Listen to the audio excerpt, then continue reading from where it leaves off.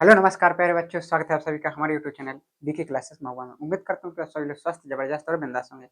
जैसे कि आप लोग देख सकते हो कि आज की क्लास में हम बात करने वाले हैं, चैप्टर का नाम है बहुपद, पॉलिनोमियल्स। ठीक है, जैसा कि हमने पिछली वीडियो में चैप्टर 1 यानी वास्तविक संख्या पूरे तरीके से कंप्लीट कर लिया है, और आज की इस क्लास में हम बहुपद यानी चैप्टर दूसरा हम स्टार्ट करने वाले हैं।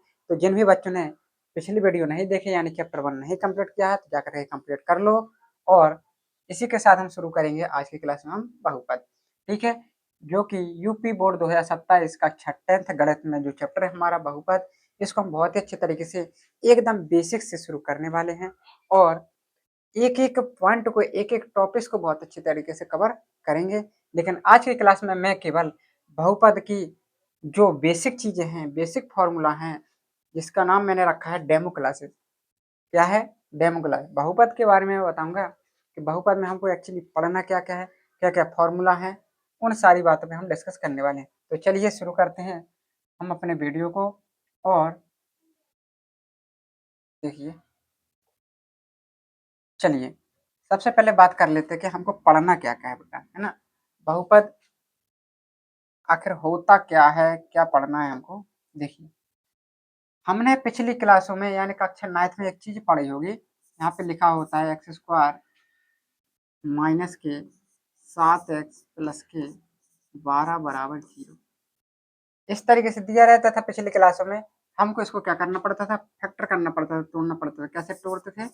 इसका करते थे इसमें गुणा, तो इसका एक्स स्क्वायर का गुणा कितना है? 1 है कहोगे, तो 12 का 1 में करोगे गुणा तो 12, यानी 12 को हमको ऐसे तोड़ना है कि गुणा करने पे तो 12 आए, लेकिन जोड़ने या घटाने पे 7 आना चाहिए। तो कहोगे माइनस के 4x माइनस के 3x, तो यहाँ पे तोड़ देंगे माइनस के 4x माइनस के 3x प्लस के 12 बराबर 0। कॉमन ले लो बेटा तो x माइनस 4 माइनस 3 ले लो कॉमन तो x माइनस 4,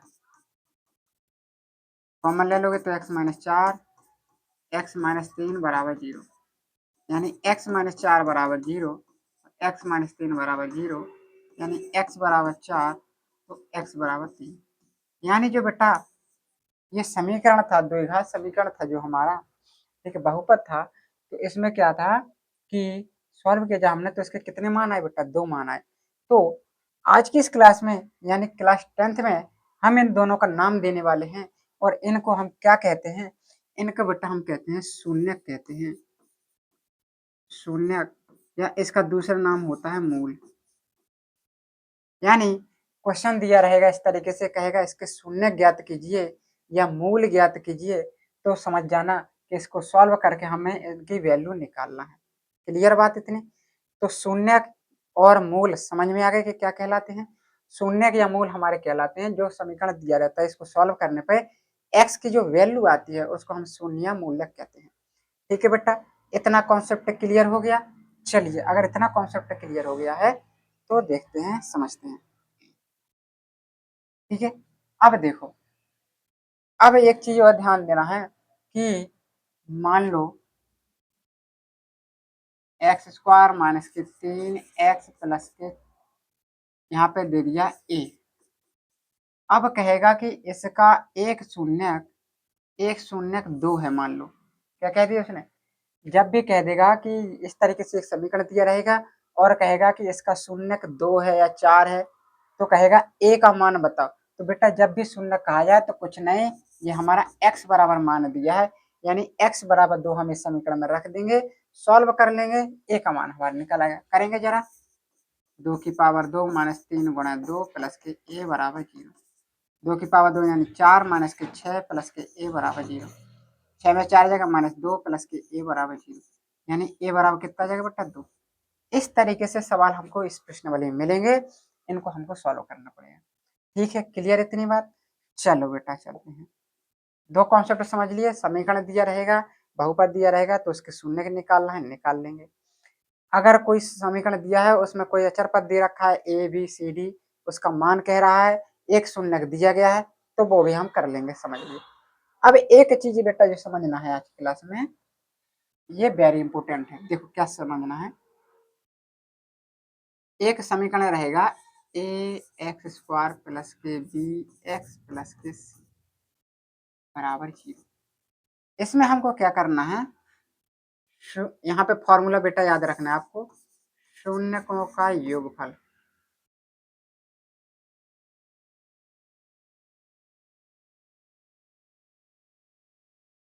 शून्यकों का योगफल, शून्यकों का योगफल।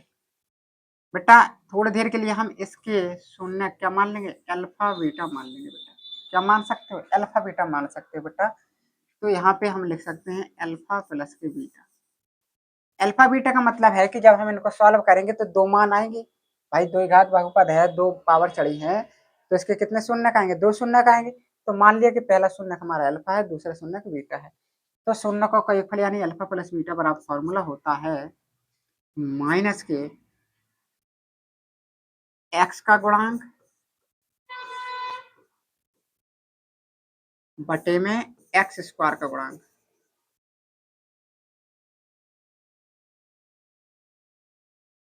और इसको हम इस तरीके से भी लिख सकते हैं माइनस के बी बटे ए। क्यों, क्योंकि x का गुणांक क्या है बेटा, यहाँ पे कहोगे b, और एक्स स्क्वायर का गुणांक क्या है तो कहोगे a। ठीक है, तो इसका फॉर्मूला हो गया यानी अल्फा प्लस बीटा बराबर माइनस के x का गुणांक बटे एक्स स्क्वायर का गुणांक, या माइनस के b बटे a। आपको जो अच्छा लगे वो आप याद कर सकते हो। अब आ जाते हैं बारी शून्यकों का गुणनफल। शून्यकों का बेटा गुणनफल निकालना, कैसे निकालोगे, शून्यकों का गुणनफल यानी अल्फा इंटू बीटा। क्या लिखेंगे, यहाँ पे लिखोगे बेटा अचर पद, अचर पद बटे में एक्स स्क्वायर का गुणांक।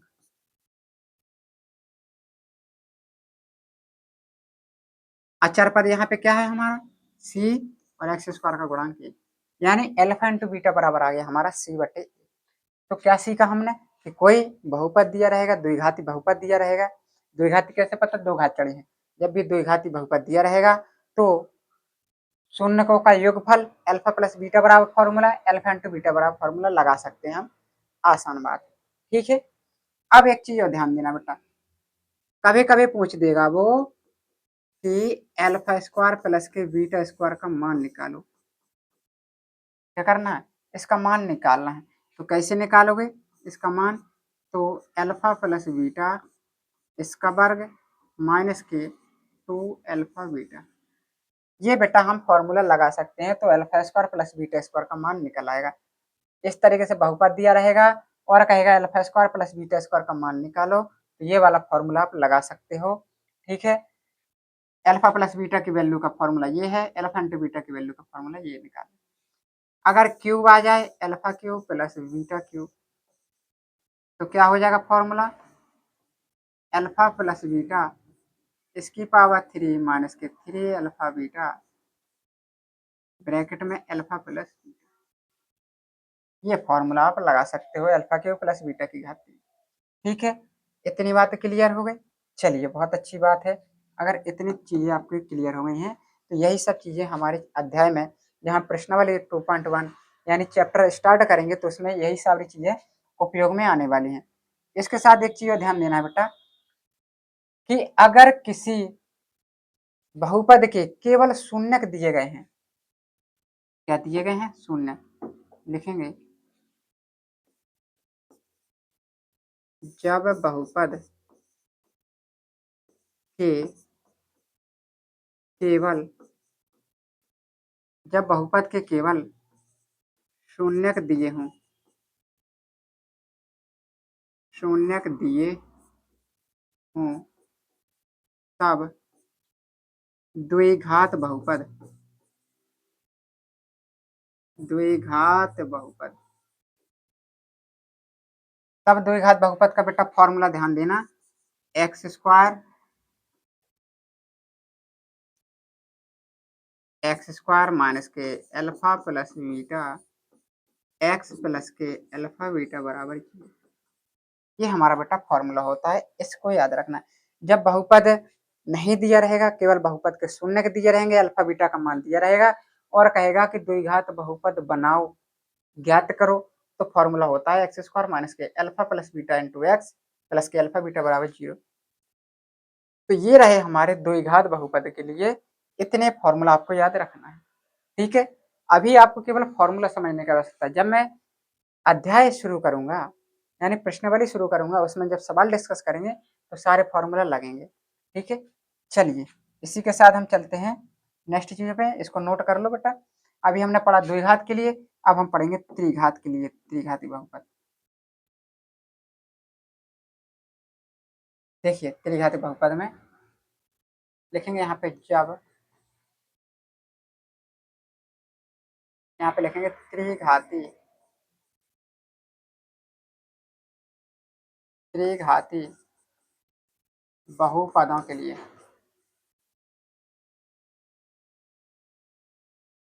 देखो बेटा क्या करना है, देखो त्रिघाती है तो कितने बहुपद होंगे बेटा, जो त्रिघाती बहुपद है तो घात कितनी होगी, तीन घात होगी। और शून्य कितने होंगे बेटा, तो कहोगे तीन होंगे। जितने घाती बहुपद उसके शून्य उतने ही होंगे।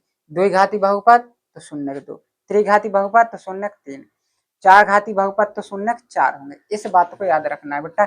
कभी कभी पूछ देता है कि एक त्रिघाती बहुपद है तो बताओ इसके शून्य कितने होंगे, तो बेसिक सी बात है बेटा, तीन होंगे। अब देखो यहाँ पे क्या है, इसका समीकरण लिख लेंगे। तो समीकरण होगा ए एक्स की घात तीन प्लस के बी एक्स स्क्वायर प्लस के सी एक्स प्लस के डी बराबर जीरो। ये हमारा समीकरण होता है त्रिघाती। अब देखो शून्यकों का योगफल, यहाँ लिखेंगे शून्यकों का योगफल, शून्यकों का योगफल। अब देखो जरा बेटा, इसके शून्य क्या मानेंगे, तीन मानना पड़ेगा। तो अल्फा बीटा गामा कहलाता है, इसको मान लेंगे।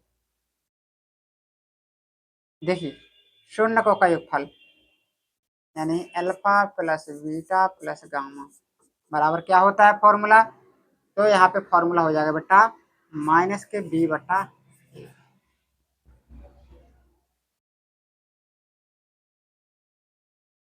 माइनस के बी बटा ए हमारा हो जाएगा। अब दो शून्यकों के गुणनफल का योगफल यानी इसका गुणा इसमें प्लस इसका गुणा इसमें प्लस इसका गुणा इसमें, मतलब फॉर्मूला आ जाएगा अल्फा बीटा प्लस बीटा, यहाँ पे भाषा लिख लो, दो शून्यकों के गुणनफल का योगफल, के गुणनफल का योगफल। तो क्या हो जाएगा, अल्फा बीटा बीटा गामा और गामा अल्फा बराबर हो जाएगा बेटा सी बटे।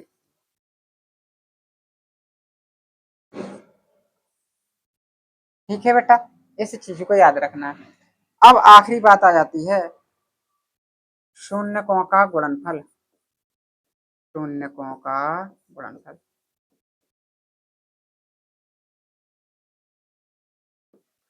शून्यकों का गुणनफल क्या होगा फॉर्मूला, अल्फा बीटा गामा बराबर माइनस के डी बटा। ठीक है, ये हमारे फॉर्मूला थे शून्यकों का योगफल और एक साथ शून्यकों, एक साथ दो शून्यकों को लेकर उनके गुणनफल का योगफल का फॉर्मूला और तीनों शून्यकों के गुणनफल का फॉर्मूला ये रहा। अब एक बात और है कि अगर बहुपद के शून्यक दिए हों, बहुपद के क्या दिए हों, केवल शून्यक दिए हों और कहेगा कि बहुपद ज्ञात करो, तब यहाँ पे लिखेंगे जब त्रिघाती, जब त्रिघाती बहुपद, जब त्रिघाती बहुपद के केवल शून्यक दिए हों,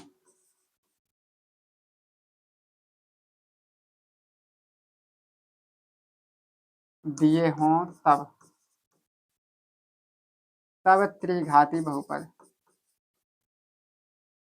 तब त्रिघाती बहुपद क्या होगा बेटा formula, x cube minus alpha plus beta plus gamma into x square plus k alpha beta beta gamma gamma alpha into x और minus k alpha beta gamma is equal to 0।